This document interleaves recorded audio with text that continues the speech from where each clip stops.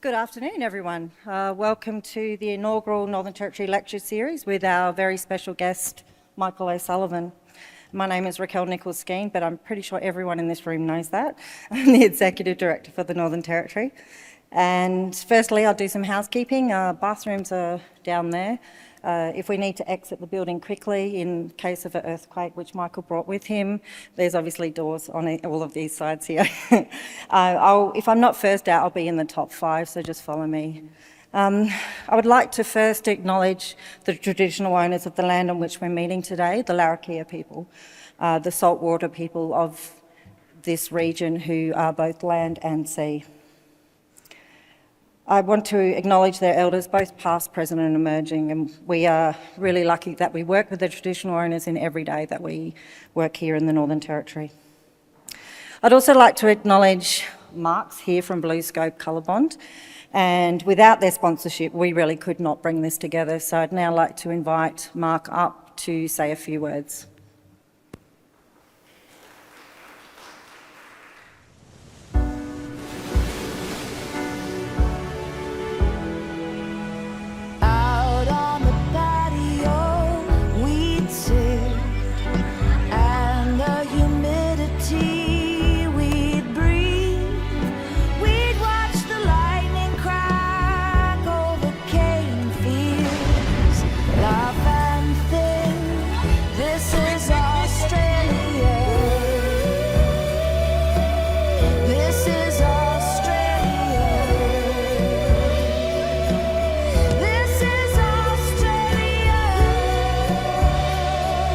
Colorbond, made by Australia. Hi everybody and welcome. For those who don't know, my name's Mark Amos and I'm the Specification Manager for BlueScope, sponsors of tonight's inaugural lecture series in the NT. I'd like to take this opportunity to give you a taste of the upcoming topics that BlueScope will be presenting to the architects and other built environment professionals in the near future. The first is a short presentation on the topic of cool roofing, a subject that is close to the heart of Territorians given your extreme climate. This presentation will explain cool roofing and its associated benefits. It will articulate BlueScope's innovative technology and look at the implications of colour within the current NCC requirements. Lastly, it will touch on the subject of building a sustainable future and BlueScope's credentials within this sector. That brings me nicely on to the second presentation. This is a CPD presentation endorsed by the AAA Refuel Programme, entitled Overview of Responsible Steel. Responsible Steel is an international steel stewardship scheme that currently has 80 members around the world and includes the likes of the world's biggest steel makers, steel suppliers, developers, builders, and not-for-profit and government associations.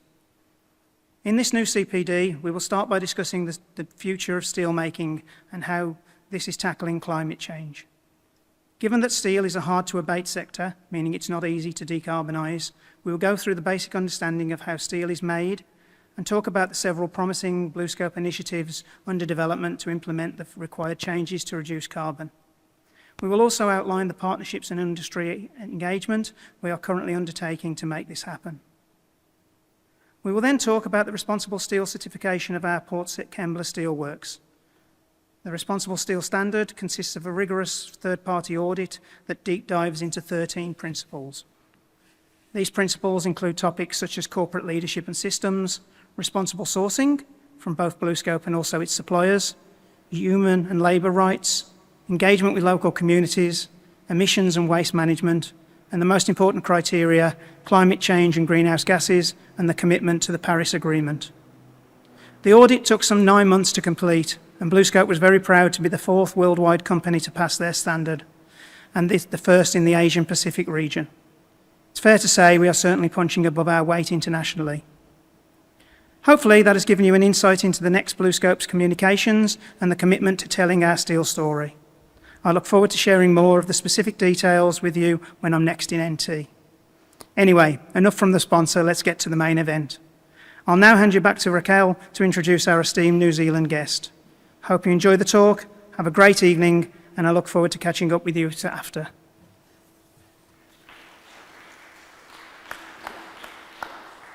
Thank you, Mark, and thank you, BlueScope, for supporting us to be able to do what, we can see some amazing people as part in the Northern Territory. So a little bit of background on where we are and who our guest speaker is. New Zealand faces some of the same challenges as the Northern Territory, especially as the NT's First Nations represent 30.8% of our population. In New Zealand, the average for Australia, by the way, is 3.8%. So we work every day with our First Nations. New Zealand's First Nation average is 17.8% of their population. So there's a much clearer understanding of the engagement and immersion of indigenous culture in everyday lives through the design process. New Zealand is struggling with climate change, extreme weather events and natural disasters. These have increased over the past 6 years, both in New Zealand and in the NT, with cyclones bouncing off the Australian coast and hitting New Zealand. I probably think you're not going to thank us for that. So they're also very tectonically active, and we had a little earthquake last night with earthquakes and volcanoes. Michael O'Sullivan left school at age 16 to begin a drafting certificate. He founded the Bull O'Sullivan BOS Architecture in 1994 and holds a position at the University of Auckland supervising master's students with their thesis work. Now 52, he says his approach to the craft has evolved in a very natural way. You'll be in the box on the ground soon, so you have to try and attempt as many different things as you can along the way. Michael is a recipient of many NZ Institute Awards, twice won the Sir Ian Athfield Architecture Award for housing, first for a studio in 2015 and then for additions to a state house in 2020. Both projects were in Littleton. In 2011, Michael won Home of the Year for a batch beach house at Kaikeru Beach. Michael's presentation talks about the links with community and the importance of First Nations in the successful delivery of projects and the need to involve the whole community throughout the design process. This is something we do very well here in the Northern Territory. It would be good to compare notes about how we work there too. The NT example, is working with our First Nations, giving people, instead of giving someone a home, involving them in how that home is going to be workable for them. And we really want to make sure that works.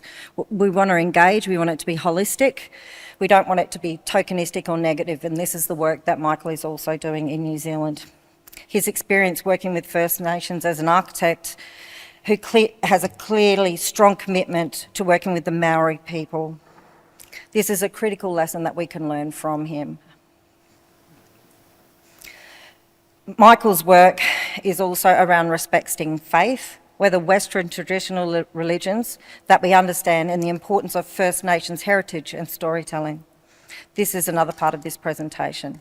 It is important to engage with Indigenous peoples. Maori and First Nations cultures are complex and integrated into everyday life, whether it's through education, health, art, food, or storytelling. Please, in the traditional way, welcome Michael O'Sullivan.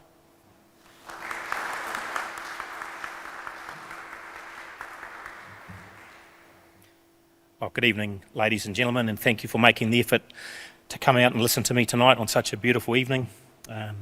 As Raquel said, my name's Michael O'Sullivan. I'm an architect from New Zealand. And as this talk has been held on the lands of the Larakia people, I wish to acknowledge them as well as traditional owners. And I would also like to pay my respects to their elders past and present, and to any other Indigenous peoples of communities who may be here today or watching online. In particular, Joe, thank you for your kind words this morning. I really appreciate that.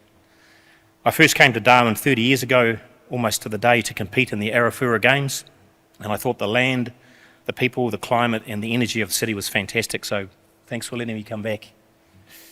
I have built studios in the North and the South Island of New Zealand, and I commute between the two islands on a weekly basis to tend to projects that are set in magnificent landscapes all over New Zealand and beyond into the Pacific, and I was hoping to share with you some of those tonight. Who has been to New Zealand in the crowd here? Oh, everyone. Okay. As you know, it's a volatile land full of earthquakes, volcanoes, and I thought I would be spared of that nuisance of the ground shaking while I was here, but that 1:20 a.m. wake-up call this morning just reinforces the challenge that we share between our countries and that sort of wonderful Anzac spirit. Thank you to the AIA, Raquel, and in particular sponsors Colorbond and BlueScope. Thank you very much, Mark, for making this happen. In 2016, I took all my kids to Ireland to show them where they were from and then take them on a tour of significant worship spaces around that land. This Catholic monastery is a World Heritage Island called Skellig Michael, and it is 15 miles into the Atlantic Ocean from where my old man was born in a fishing village called Castletown Bear. The Irish sent all their best prophets, poets, theorists and writers there simply so they could get to know themselves. This is a view looking back to the mainland with the other Skellig Islands in the background. The monks, they grew potatoes, they caught fish, they ate birds' eggs, fought off Vikings and spent most of their time in prayer between the 6th and the 13th century. This was a common expression during that tour. But the point I was trying to get across to the kids was that an atmospherically provocative worship space should be like an atmospherically provocative domestic space, and that the sole purpose was to inspire you to be the best that you could be regardless of what the challenge was in front of you, whether it was the 6th or the 21st century. And I have 5 readings of what the atmospheric and architecture should entail, and I'll talk to these through these projects. This particular Catholic church is St Angus in Donegal and was the Irish building of the century in 1962. It's a magical thing that sits on the brow of a hill in a landscape not dissimilar to central Otago in New Zealand. Stone from the existing castle was reused on the site, rainwater heads discharge into ceremonial baptismal fonts, hand-cast bronze handles, elegantly proportioned windows and a beautiful light spire. And the first atmospheric reading that is of the threshold, the edge condition, is basically the difference between the inside and the outside. And in a country like Ireland and in the South Island of New Zealand, this is often monumental due to the contrast between winter and summer. There were hand-carved stations of the cross from Irish oak. And Mary wanted to know if this threshold here between the inside and outside is where her prayers went, and I couldn't give her a straight answer. But if I had to vote for the New Zealand building of the 18th century, it would be Ruakinana's courthouse, smack in the bush in the middle of the North Island. Now, Rua was a Maori prophet who was hunted and persecuted by the English simply because he didn't understand why they had come to his land. But I just love the way his afro determines the geometry of the entranceway in that top right-hand image. Back in Ireland, this would have been St Patrick's Courthouse, a watering hole where he baptised people, drank water from, and possibly did watercolour paintings from when he wasn't hunting snakes. I do a lot of watercolour painting, and it's part of the process of our job that I wish I could do a lot more of. So I spread it across the full spectrum of the architectural role, trying to amplify the 5 atmospheric readings. From representations of the land, sea, sky, or simply the energy of the land, such explorations of what the essence of a space might be is best determined at an early stage in the design process with a paintbrush. I would often ask myself at this stage of the process, what is the atmosphere I want to try and portray, and how will that occur in a material sense? From the rising and the setting of the sun or the moon, to what a series of ideas might represent internally, details at 1 to 1, 2, 5, 10, and the odd kid's castle. Then into something that inevitably might represent a built form. This next project is in Ornuku, just past Akaroa, being a French settlement in the South Island of New Zealand, which is noticeable for being the first place where the Treaty of Waitangi was signed between the Maori and the English in 1840. Now, it's a land that used to be smothered in enormous totara trees, which is a native species to New Zealand that was used extensively in carving by the Maori. The landscape now is incredibly masculine and somewhat unforgiving without that totara. And this is Kate setting up a picnic on the land where we want to build this retreat, looking north over the marae to Bosu, Wainui, and the peninsula known as Orniwa. In both our North and South Island studios, we model everything, no matter what the scale of the project is. The retreat at Ornuku is 57 square metres, with a 23 square metre 2-bedroom mezzanine and a little rooftop gloriette. Modelling it at 1 to 50 allows us to resolve many structural, constructional, and atmospheric matters. You enter the space through a central compression limb, a bit like Rua's courthouse. I'm just now waiting for Clem to grow a square afro. Now, this is the work of one of New Zealand's most celebrated artists, a guy called Bill Hammond.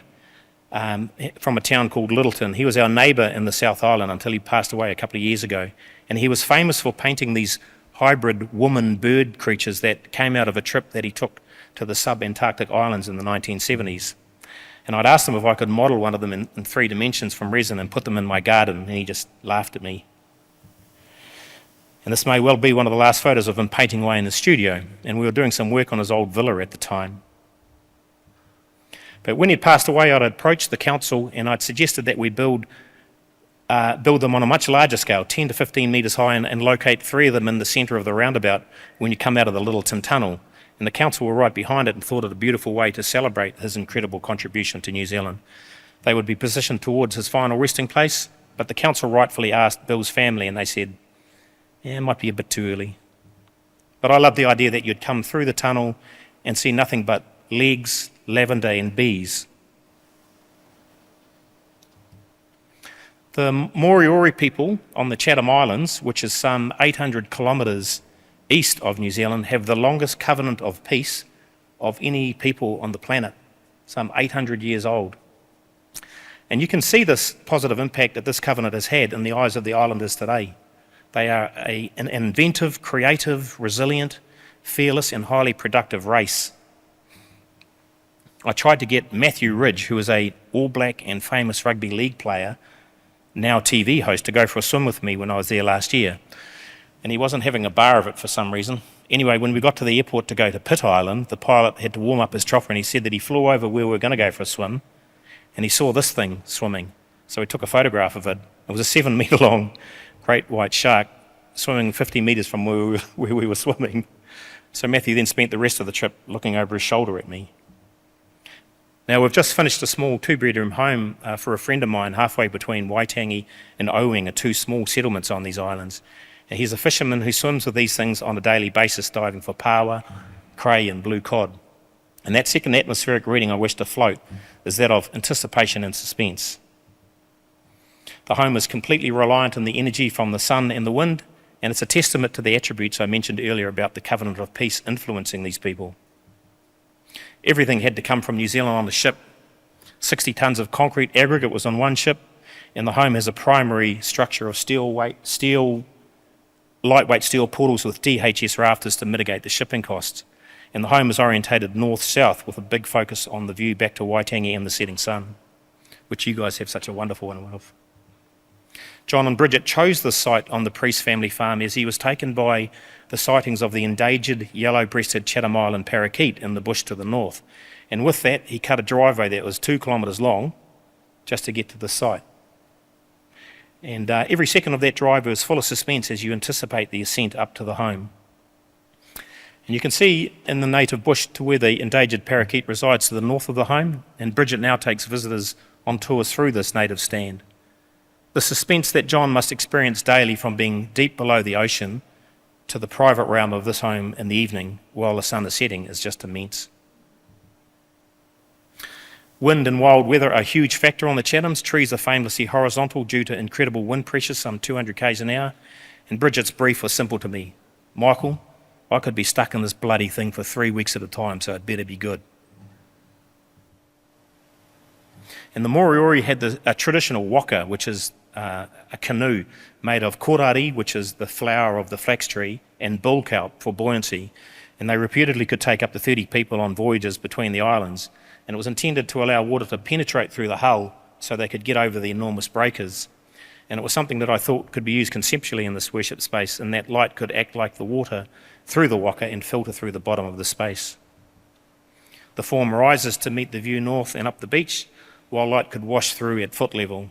Now, the Chatham Islands are a magnificent wild set of landscapes, a lot like the Kakadu. They're primal and they're inspirational and well worth a visit. Back in the South Island of New Zealand, the Free Wesleyan Church of Tonga were gifted land in Wigram after the earthquake to establish a base. And we were asked to explore relocating a classroom on the land for the purposes of a hall, but we couldn't find anything remotely suitable, so we drew up a very simple 400 square metre building for $2,000 a square metre. And halfway through documentation, the church said, why don't we make it a worship space? And at every turn, the project was full of Tongan ritual. Here, the first foundation ceremony. And at the opening ceremony last year, the building was dressed in beautifully woven flora and fauna, and hundreds of people turned up from all over the Pacific to celebrate. And the gifted land is smack in the middle of suburban mediocrity. I certainly hope that the neighbours like Sunday morning singing, because it's beautiful. The ceiling is from this burnt Portuguese cork, which is intended to emulate the interior texture of a coconut shell. Now, this cork is typically used for insulation in homes in Europe, as it's basically the leftovers of the cork tile process that is then put into a big press, cooked, and then chopped up. And the Tongans have this lovely narrative with the coconut shell that is a bit like Le Corbusier's open hand to give and receive concurrently. But in January 2022, the volcanic eruption and subsequent tidal wave caused mayhem in Tonga, and people have been living like this ever since. So we'd come up with an emergency structure that was 4.8 by 7.2 in size, perfect for a home, school, worship space, or merely gathering while the people of Tonga could get back on their feet. We'd made a prototype based on a kit of parts that could be put into a cargo net and dropped onto the outlying islands with the New Zealand Air Force Sea Sprite helicopter and assembled within an hour. But most of the outlying islands like Atara don't even have a wharf, hence the need for the helicopter. And with all the best intentions in New Zealand, the cost is going to be about $9,800 a unit. We could get it out of China for $2,300. And we had a meeting with the minister responsible for such decisions, and she said, pretty much not our problem. Even though Tongans make up 100,000 of our population and they do all the shit jobs, minimum wage jobs in our country.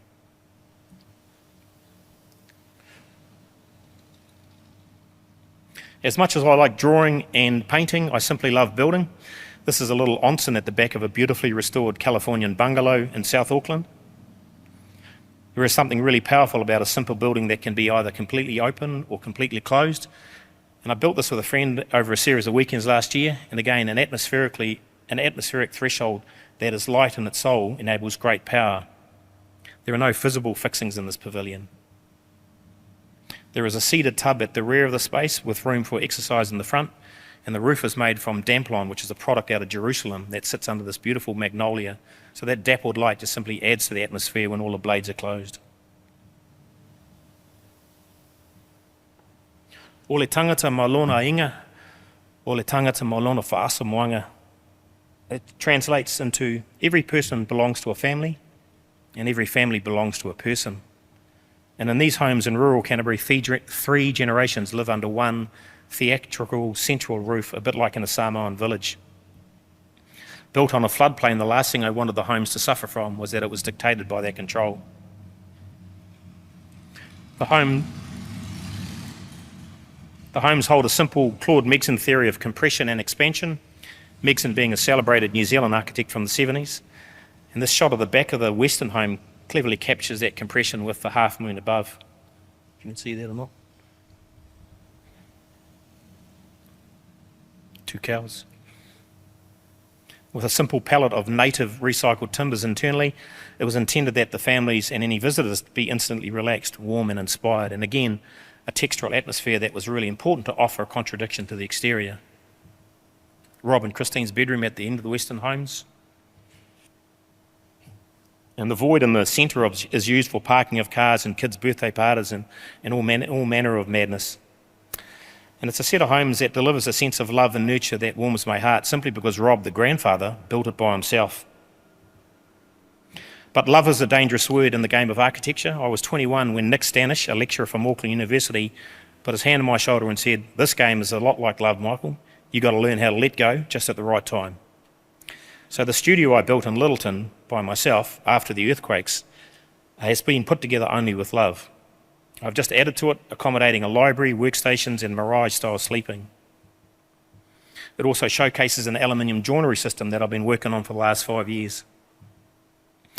Being a contemporary play on the English steel joinery from the 1860s, fully welded, it is intended to be a sensual response reaction to the whole box section that we're so acclimatised to. Mullions, jambs, sills and sash frames are meant to be exciting and provocative to touch. We covered 3 suites, fixed glazing, side hung sash or door and an external slider. Had it tested in New Zealand up to very high wind pressure according to NZS 4211. Handles are built into the extrusions with grunty stainless steel rollers. And the extension was constructed and then carved internally by Alistair It is intended that when you're inside the space looking south, it makes you painfully aware of the sky, the mountains and the water in that order. And this project here won the Supreme Award in New Zealand residential architecture. This shot here is taken from the rooftop of our office in Auckland, and having a studio in each island that complements each other is a privileged thing that takes a huge amount of energy. And I ask that the young women and men that work in these studios go between them each so that they can get the most out of the magnificent nature of New Zealand's landscape. People in this office are outnumbered by models at a ratio of 1 to 50. And the mantra is, if you make the model, you guys do the working drawings.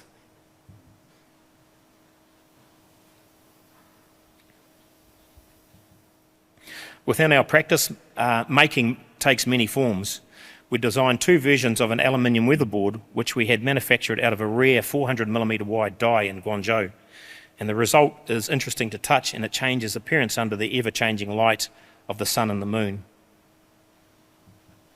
We're currently putting together a 3.6 by 3.6 extension for our Auckland office, with a portion of the exterior clad in our boards. There's nothing quite like making something with your own hands, and I encourage the people that work with me to learn through making.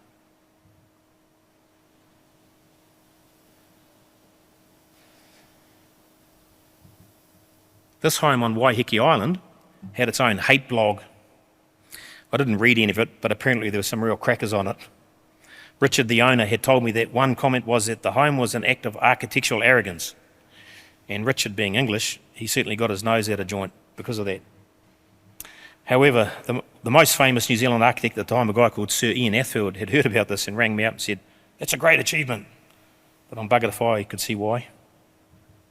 Anyway, the front faces north onto what used to be the island's tennis court, which is now a magnificent private garden for Richard and Anna and the kids. If we measure architecture by love, then surely the barometer is watching your clients' kids grow up in the home that you've done for them. And I love this shot of Sid. He must be 16 years old now. And this guy here, he built many of our homes, and 10 months ago he died in my arms. He made the job of being an architect in New Zealand and across the Pacific an absolute joy. The last thing he heard on this planet was my voice saying to him, "You are the most wonderful human being I've ever met, and I love you with all my heart." And with that, he must have thought, okay, it's time to get out of here.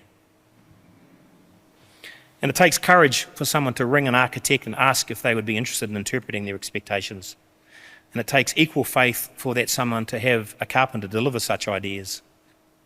And if the word mana, which is Maori and Samoan for immense presence, is measured in courage and faith in Palangi eyes, Palangi being a white person, then this guy was sitting in the cream of the pavlova of mana. Another project he built was the additions and alterations to this workingman's cottage in Onehunga in South Auckland for Jason and Janine. Kitchen and dining. He would always ask the obvious questions like, why is it called a working man's cottage? I bet it was the woman that did all the work, so we changed its name to the Working Woman's Cottage. Whaafatai lava, siri whaafo, until we meet again. And at the other end of the country, in Cass Bay on the Banks Peninsula, is a home on the edge of Littleton Harbour. It is a play on that liquid nature of that huge explosion that is the caldera of Banks Peninsula, and it calls up the third atmospheric reading of solidity and transparency. Solidity of a material shouldn't necessarily mean that it can't be used in a manner that defies its weight.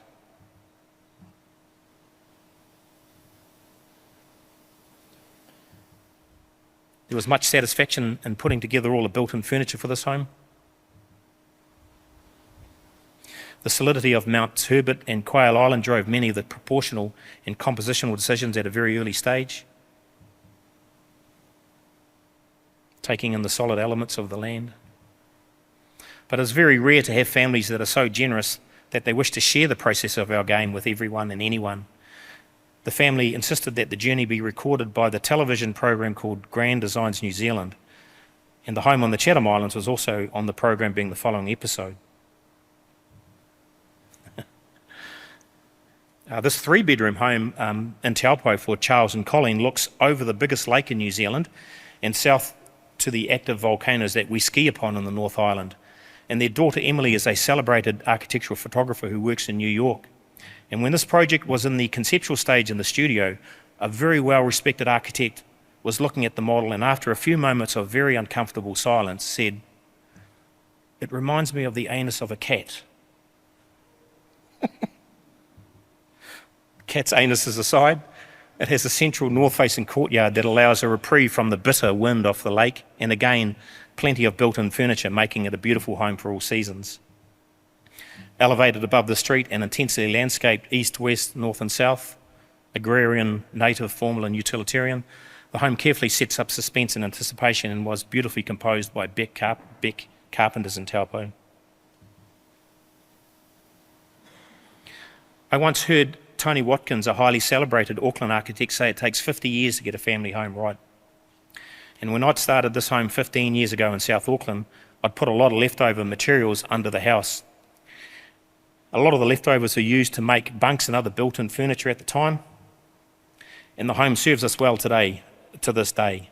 And it's always a treat to come home to this dining room table. And this home won the New Zealand Home of the Year in 2010. And I simply loved the lockdowns in New Zealand. I bet you guys. It's fantastic. So we got all the kids out and we got all the kids to get all the materials out from underneath the house, and we built a boxing ring out the back using primarily hand tools. Using just a hammer, a handsaw and nails gave them an appreciation of how rewarding it is to put something together with a bit of time and lots of bad humour. The boxing ring went to the side, and the new hangout space has given the kids a lot more than what they had imagined. And I have to send out a shout out to Finbar O'Sullivan, the kid on the far left, who won an Oceanic title this morning in Samoa. I think he beat an Australian. In the far north of New Zealand is a settlement called Ohiwai, and it has a 159 square metre 3-bedroom home for a couple in their 80s. And it's the 4th home that I've done for a couple in their 8th decade. The outcrop of rocks to the left of the home is known as Lover's Leap in the middle of the farm. And it's far away from the old homestead that Sam had grown up in. The idea that your home act as a health retreat becomes really important in your 8th, 9th and 10th decades. And this home has given Sam, who has just beaten bowel cancer, and Chris a new lease of life since they moved in. The Maori advocate that there are 10 levels of heaven. And I kind of like that as an idea. Imagine spending eternity with somebody who you didn't see eye to eye with on this planet. So I claim that beautiful and purposeful architecture resides somewhere between one's mauri, which is the Maori word for your life force as a human being, and wairua, which is the Maori word for the spirit of the land or the bespaced heavens. And if that is the case, then the New Zealand State House of the 1960s must reside up around Tāwhaki between 6 and 9. Now, this Littleton State House underwent a serious number recently. It has a new elevated public pavilion that hovers above the existing State House, stitching Quail Island with Mounts Herbert and Evan. And the korari for this north-facing deck is lashed to a steel frame that I welded up for Linda and Alistair on the hottest Canterbury day that I can remember, but it's nothing to compare with what you guys are experienced. And it takes the bite out of the Canterbury sun in the height of summer. The elevated public pavilion is for family time only, and there's no TV operating up at this level, and the energy is sensational for that exclusion. Audio-visual activities are in the existing State House in a chocolate line space that is perfect for music and movies. This home was awarded the Supreme Award in New Zealand Architecture 3 years ago in the residential category. Alterations and additions of another sort is this concrete villa in Mount Eden in the city of Auckland. The brief Bridget, who's a highly accomplished surgeon, gave me for this home would make any architect salivate. She said, "I work bloody hard, and when I come home, I want to think that I'm on holiday." And I was really quite tickled by that. So it's got a heated freshwater pool, ample sort of tropical landscaping, and a private north-facing sun space certainly helps with the fact that our summers are getting hotter and more humid. Egan is the Irish word for ocean, and Skamal for cloud, and between and on the edge of them both lies this retreat at the top of the Coromandel Peninsula in New Zealand. A 7-bedroom multi-generational hideaway in Opito Bay, it has a triple height void in the middle of the floor plan to assist with clarifying what is public and what is private.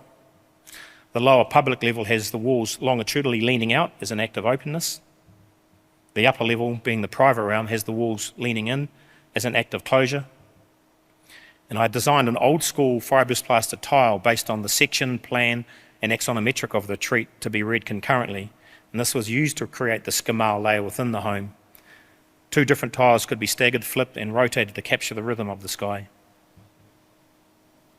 This is the main bedroom looking out towards Great Mercury Island.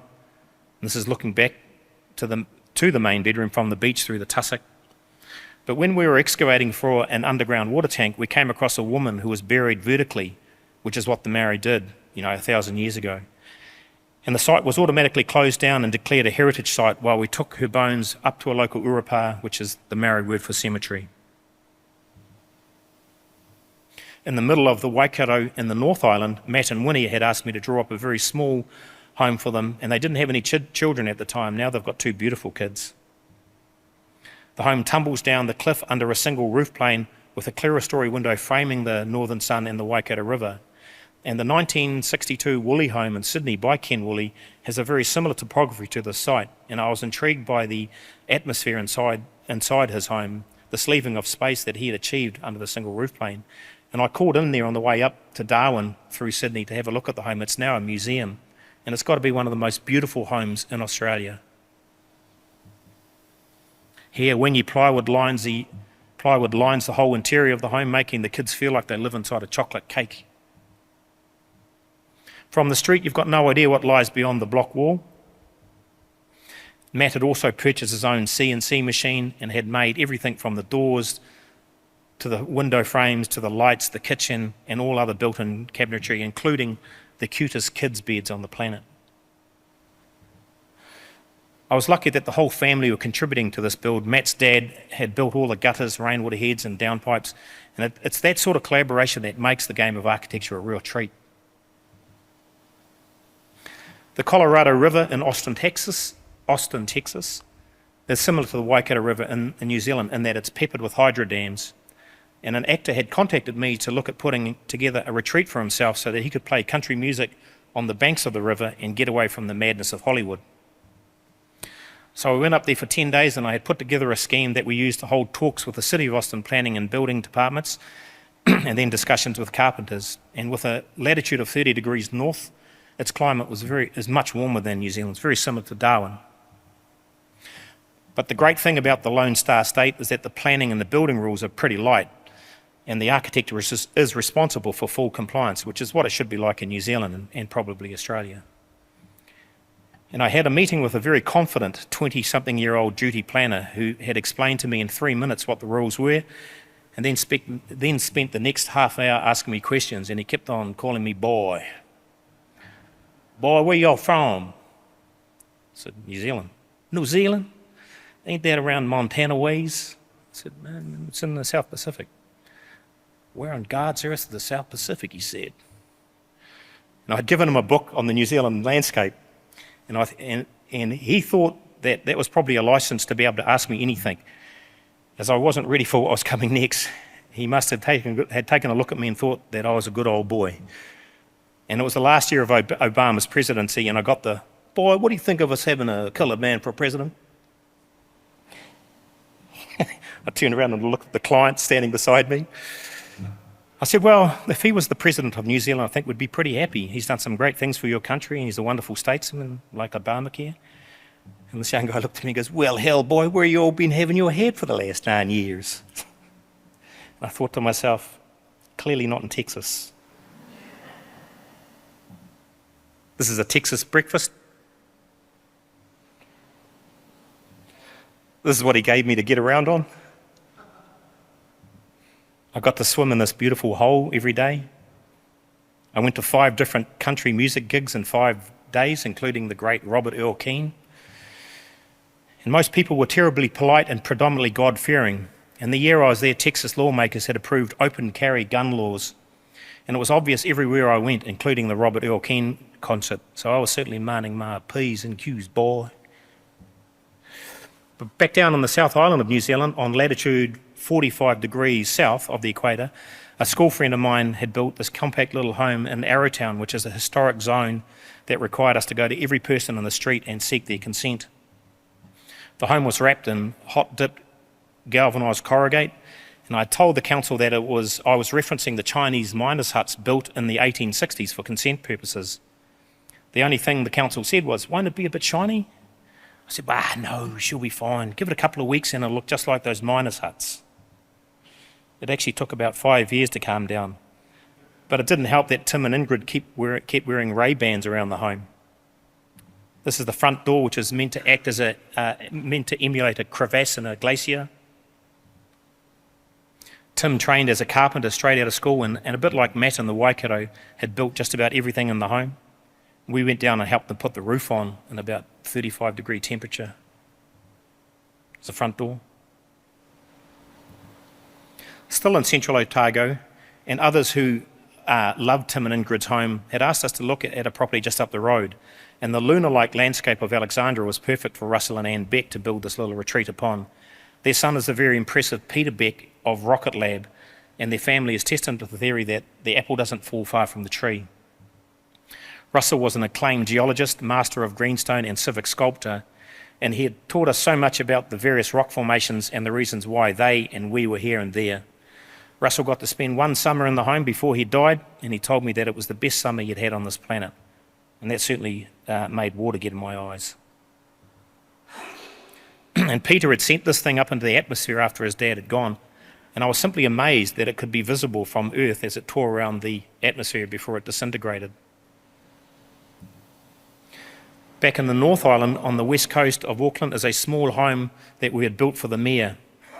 And it's a very old photograph of the Watchman out at Karikari.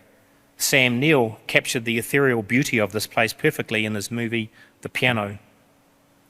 Who's seen that? Yeah, that's a great movie. 130 square metre, 2-bedroom home. It won the New Zealand Home of the Year the same year that John Wardle won the Australian Home of the Year with his magnificent sharing shed in, where it is, Hobart? It was this project where I was first introduced to the idea of getting local Maori to bless the whole process of our game. Feasibility, initial thoughts, opening up of the land, then occupation, having each stage blessed is something that every architect should do in New Zealand, and possibly this country. There are 50 extinct volcanoes in the Auckland city alone, and therefore black sand from the eruptions are all along our coastlines. Now, I love collecting the sand from the beach and then layering up the floor as we sealed it with layers of two-pot lacquer. The cracks that had occurred naturally in the slab I had then filled with copper shavings just before I put the last lacquer down, and now they're this delicious green colour.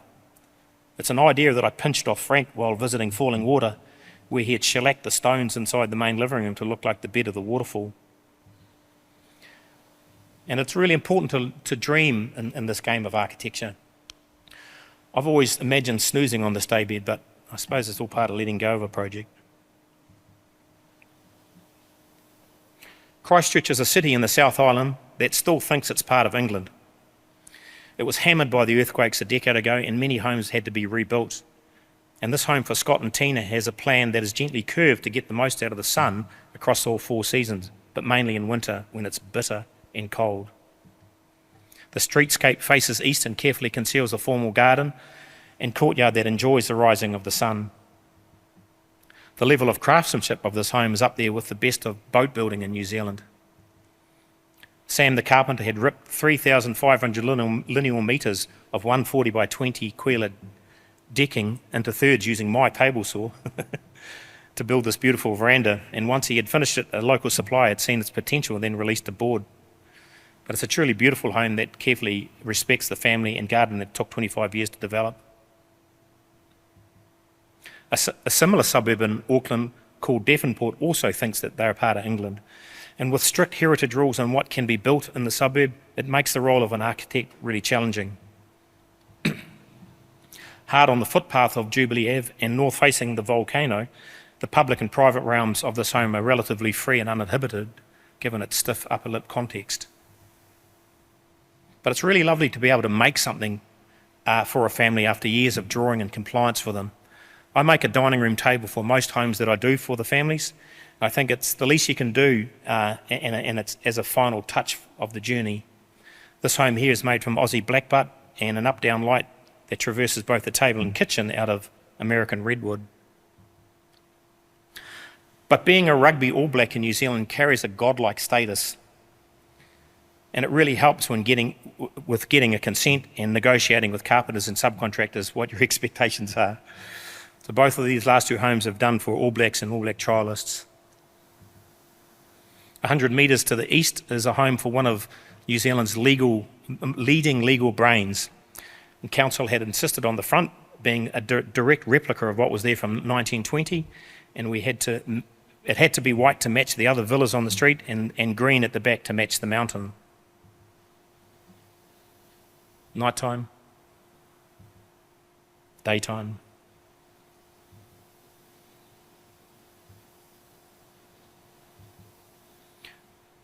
Beautiful roasted American ash lines the interior of the home with extensive ferneries between these pavilions. Back out on the west coast of Auckland is a home that we've just finished. It has a very powerful overall geometry that is driven by a cluster of kauri tree stands. Kauri is a bit like the totara, a beautiful strong tree. In Maori mythology, that tree was responsible for separating the father sky off the mother earth to enable all forms of life. The upper level main bedroom sits in front of a really well proportioned singular kauri that would be about 50 years old. This is a 1:100 scale model.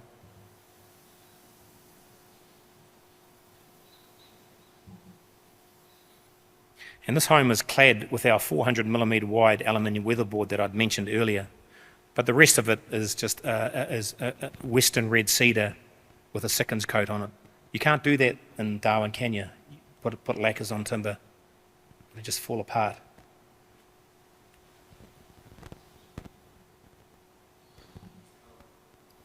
Hey.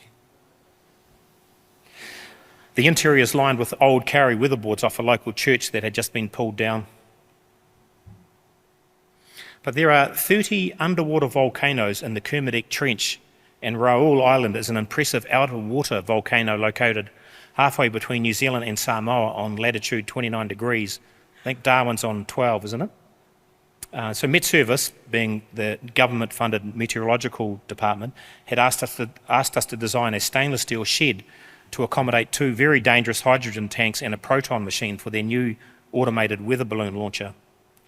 I said we'd certainly draw it up on the condition that we could go up there and put it together, and Met Service said, do architects do that? I said, yeah, architects do that. So Baketech, who usually make commercial kitchens all around the Pacific Islands, built a 10 square metre shed from food hygiene grade stainless steel in Christchurch. Then we drove it to Devonport, some 1,000 kilometres, and then we sailed 3 days on the HMNZS Otago to get to Raoul. And when we got there, the Air Force Sea Sprite helicopter had dropped the flat pack onto the island. We spent 3 days putting together an absolutely beautiful condition. My oldest son, Remana, and Dr. Peter Wood of Victoria University came up and made it a real great adventure. But the key to handling hydrogen is making sure that there's plenty of ventilation in case of an emergency. The hut came together seamlessly, and we found ourselves with 5 days free. And Raoul Island has a 500 metre high mountain that NIWA, National Institute of Weather and Atmospheric Pressure, we're putting a 12 metre high mast on top of to keep an eye on lake levels, seismic activities and subsequent tidal waves, a bit like what happened this morning. The NIWA guys hadn't prepared a critical path, and they'd asked us to give them a bit of a hand. So we offered to give them a hand to put the guy ropes, fabricate the mast, and then drop them onto their foundations with the helicopter. And the Navy, Army, Air Force and NIWA were all involved. It was a really exciting job. Trying to get this to go here. At the end of the day, we were really looking forward to being winched into the helicopter. But this fella here, he broke one of the 50 strands of the 4mm stainless steel rope. And the Air Force then said, it was too dangerous to risk winching anyone else up there. But I was quite happy to take that risk after a hard day's work. But at the same time, I did wonder how 115 kilograms might have put the Everest under pressure. We then had to walk off the mountain, which was quite lovely.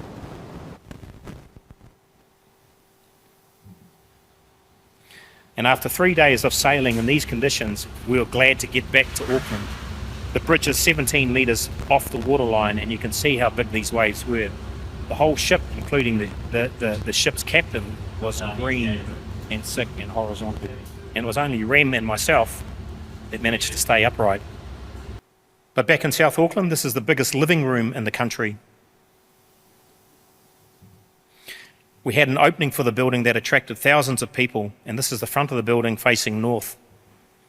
First, there were formalities with the King and Queen of Tonga, and on the mezzanine you can see a maple-lined alcove for the royal family. They have their own entry, kitchen and bathroom facilities. Offices that run the church nationwide are also located on this level.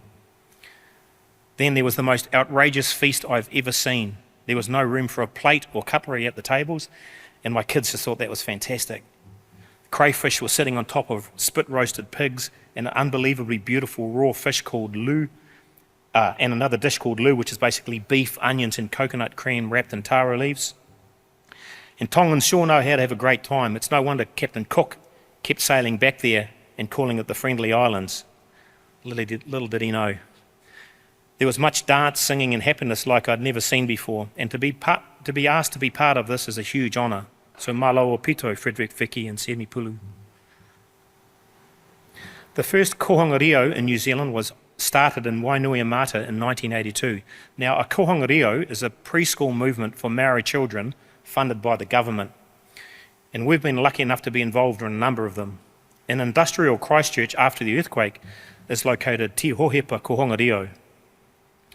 And this brings me to the final atmospheric reading that I call mana. If White Eyes define mana as courageous and diligent, then how can we as architects turn this into our built forms? It is based on a rigorous whetū, which is the Maori word for star, that the kohanga has had since its inception in Christchurch nearly a quarter of a century ago, although I didn't know this when we started the process.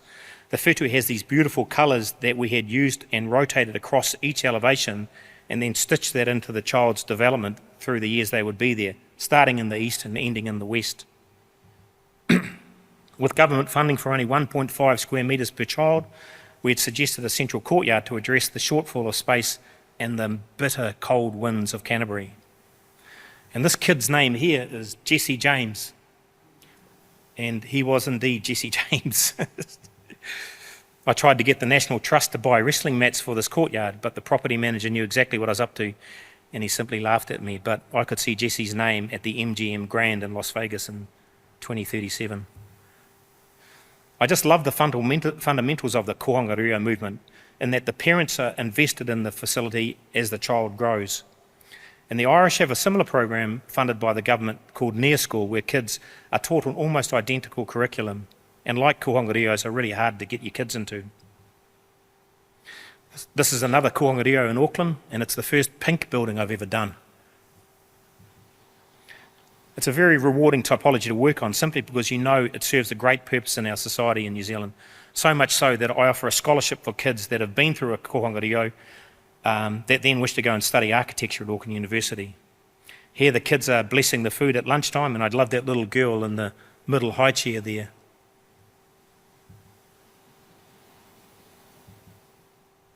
One of the kids in this kohanga rio can't walk, so she drags herself across the floor, the beautiful Portuguese cork floors, at great speed. She's a lovely kid and is very happy there. And kohanga rios are a wonderful opportunity to inject much colour and texture into a child's mind while they learn about who they are and why they're here on this planet. This is the front of the Taipa kohanga rio in the far north of the country.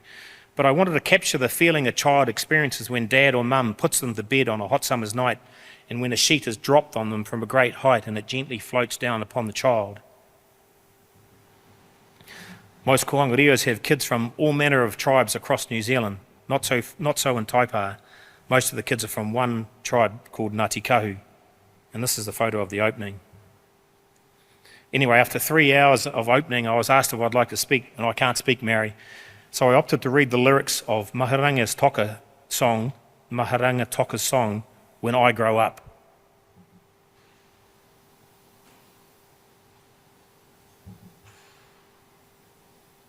Bear with me, guys.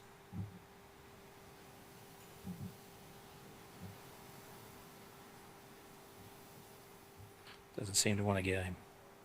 When I grow up, I want to be a rock and roll star, dance me around the living room. When I grow up, I want to be an all black, chasing play and running for you.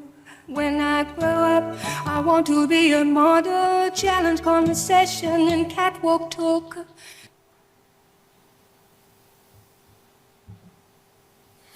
Now, Raquel pointed out that Maori make up 17% of our population.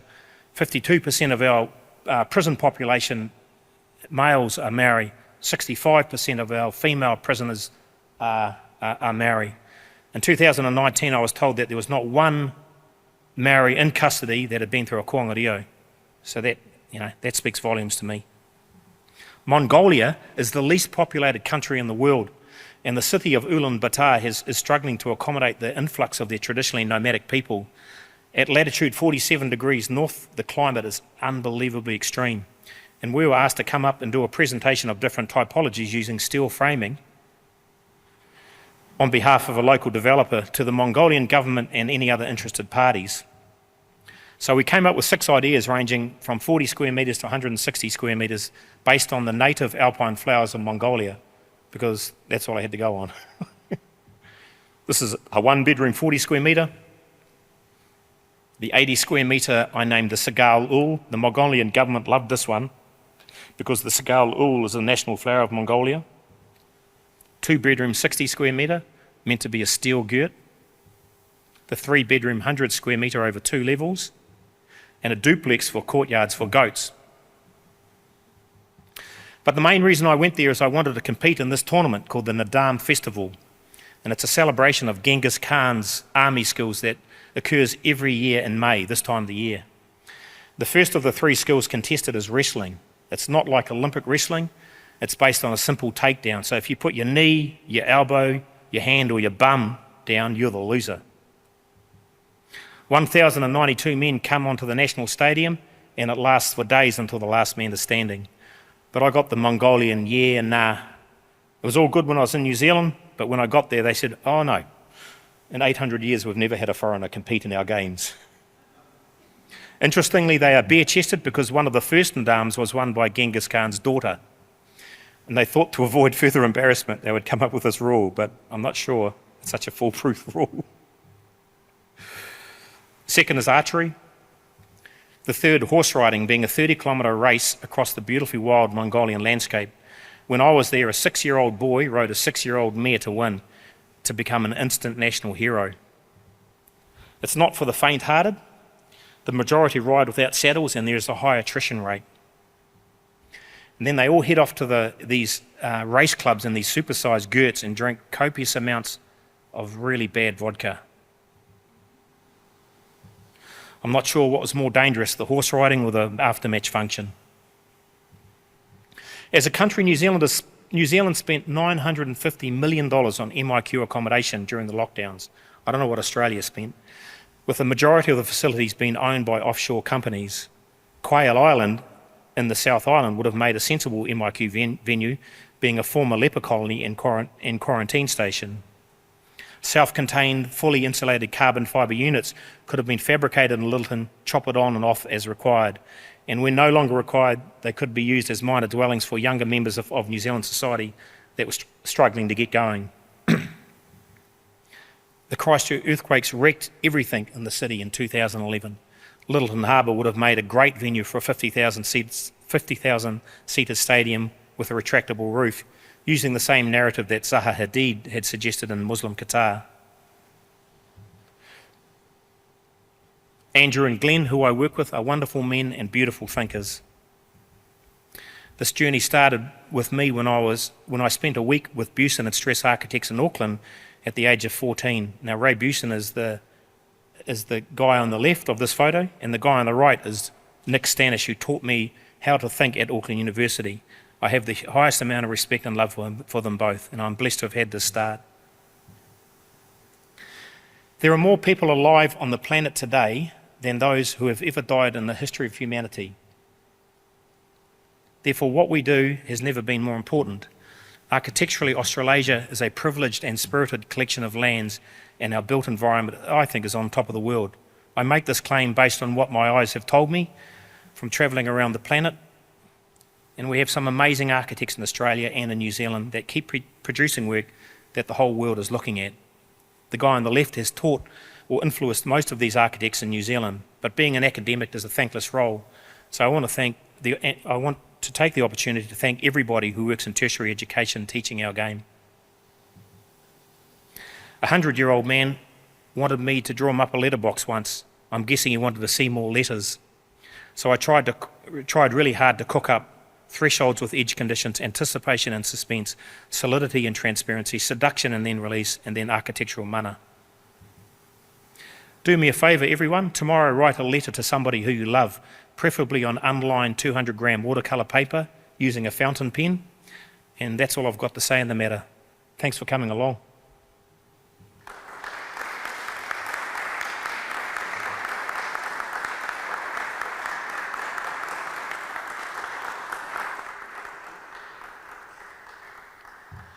Wow, I'm definitely never getting on that boat, just saying. That was amazing, thank you. Your journey around it really is inspirational about where we are and what we do, but this is also an opportunity for people to ask some questions. Oh, one of the things I wondered is you do a lot of work with each of the indigenous groups, like the Samoans, etc. Do you find like the real similarities between the Samoans and the Maoris and how they interact and how they design around what they need for their public works?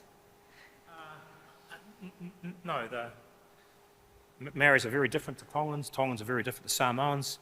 You know, they're very, they might look the same, they might look big and foreboding, but their expectations are very different. You know, the understanding of what they want from this planet differs phenomenally. So, you know, it's quite astounding. Yeah. I think we should probably stand closer to the mic. Sorry. That's one of the things that often is said. You know, you work with one community here in the Territory, you know, they're all the same, but we know that that's not true. So I guess that was one of the questions around, you know, how you engage and the difference in that. Well, it to me is just a privilege and an honour, you know, not being a Maori, not being Samoan, not being Tongan, to be invited to be part of their journey and their process of putting together buildings that serve their community is privileged. And as architects, you know, what we do is privileged. And to be involved in cultures that you're not familiar with, and then having to learn them and understand the nuances of them, is just part of our game, and you do that with as much passion and love as you can muster, then you'll serve them well. And that's certainly the richness of our culture, Alex. Yep. Microphone for you. Thank you. Just really interested in your involvement in the construction and the making, you know, from a design phase, you know, of course, with the model making in 1 to 50, you know, very involved process that helps you resolve the details, but the actual construction as well, like explain your involvement in the actual construction side. Are you part of the building process as opposed to, you know, just say contract admin and things? Are you heavily involved in the actual construction? You know, site visits weekly, you know. I keep telling carpenters it's just paper, you know, just drawings, you know. When you start building and you start realising a set of ideas, you know, quite often you can just chuck the paper away. The Littleton studio that I'd built for myself to tend to the buildings in Christchurch after the earthquakes, what we ended up with looked nothing like what I got a consent for. And, you know, that's the way the process goes. You make the best decisions, I'm sure you'll all know as architects, when the building's getting realised. You get to refine, you get to see things that you can't see sitting in front of a computer or doing a watercolour painting or doing pencil drawings.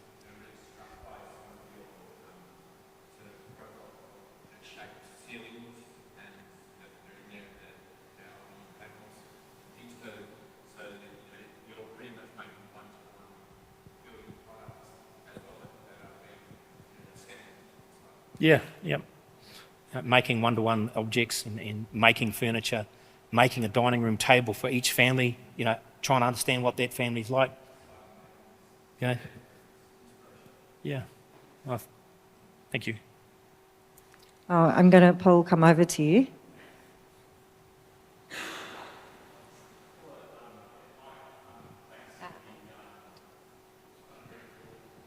also very, thank you very much for the very broad but also very detailed kind of, I guess, look into, it almost felt like Around the World in 80 Days, like this kind of each project. And I was wondering, with some of the earlier projects, especially the kind of detail that you have in this, you've always got a chance for a special moment. And I guess Alex touched on it in the construction phase, but also with the ideas of these kind of cultural elements that, like the Portuguese drapes and a few other kind of elements that manage to be included.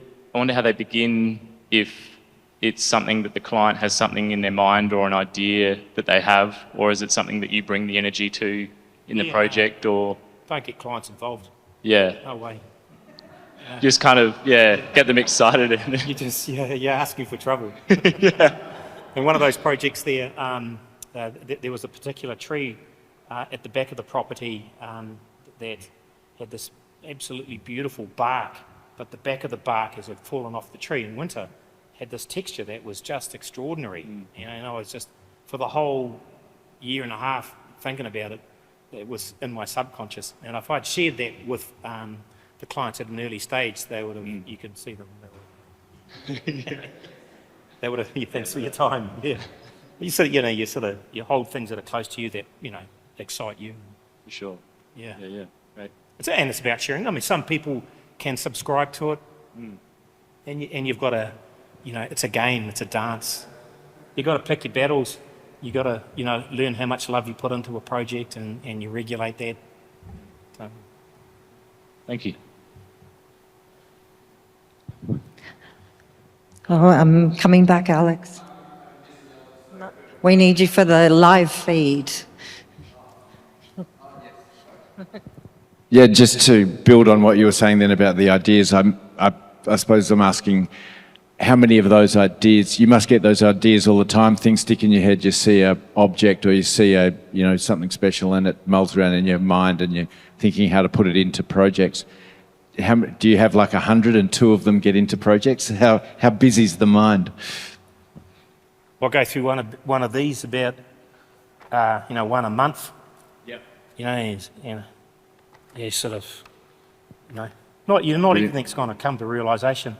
If I see kids, I say, come and do a drawing. I'll get kids to draw on over the top of our drawings. It's always wonderful to see a 5-year-old kids reading. You say, right, I want you to draw your house on top of that. Then you watercolour it. But all these details from 1 to 200, 1 to 500, to 1 to 1.